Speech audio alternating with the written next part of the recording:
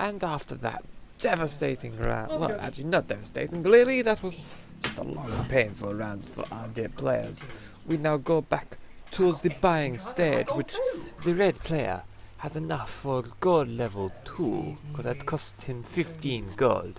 So what this now means is that his gold is worth much more, as the lowest number you can get now is 5, with the highest 10, so you can get a lot more gold now, but it's obviously a cost that you must risk for, because that's not gold you're building with your army in that round.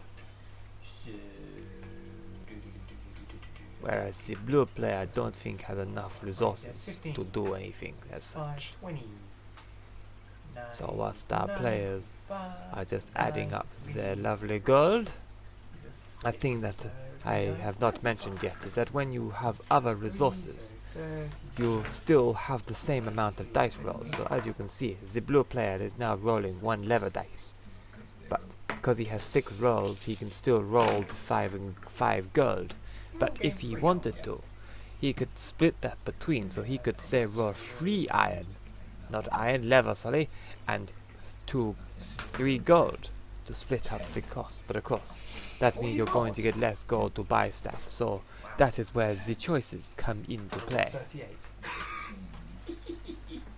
So now that they are both rolling dice, then they once again go back to building their armies.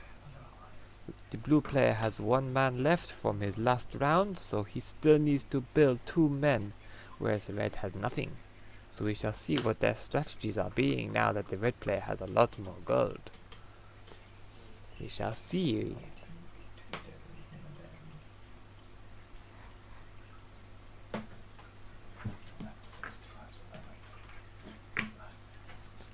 So the blue player is bringing out a new type of unit. This is the flag and drummer.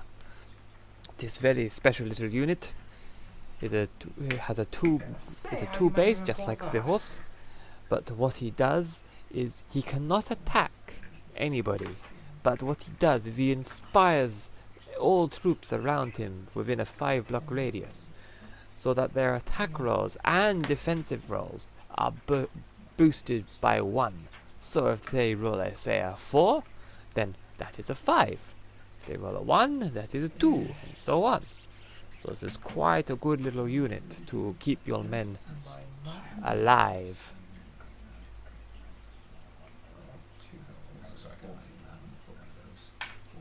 Last few minute changes for blue here, and I think they are ready to go. Just adding up their scores to make sure they have the right numbers for next round. Of course, keeping back resources for the following round to buy more rolls. And once again, you deal both players 3 cards, making sure there are no play straight away cards.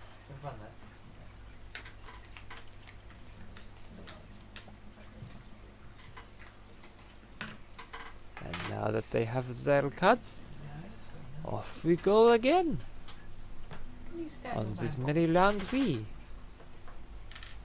Oh, just make sure they are placed the right way, please. We do not want men walking on their heads. We're not acrobatics here, but we are soldiers. No, you go first because you have the highest one. So the blue player, gets a very solid 6, a good starting roll. So he moves right up to the battlefield. Can you stand your drummer guy? Of course, making sure the flag and drummer is close by. Because again, he must be only 5 squares away for the buff to work. But if they're outside, they don't get it. So make sure he stays with his army. And oh no! The top card! It is the Black. What a terrible! Oh my goodness! The first card is the Black Death. This is absolutely disaster. You could not get anything worse on your first card. So the red player just literally gets a free win and a free army. Oh no! Oh, I cannot believe this. Oh, and also, that green card you see, I think is the Arrow Barrage, which this card, if you do not know, can have the chance to kill 6 men depending on what dice you roll. Oh, well that was a very quick round.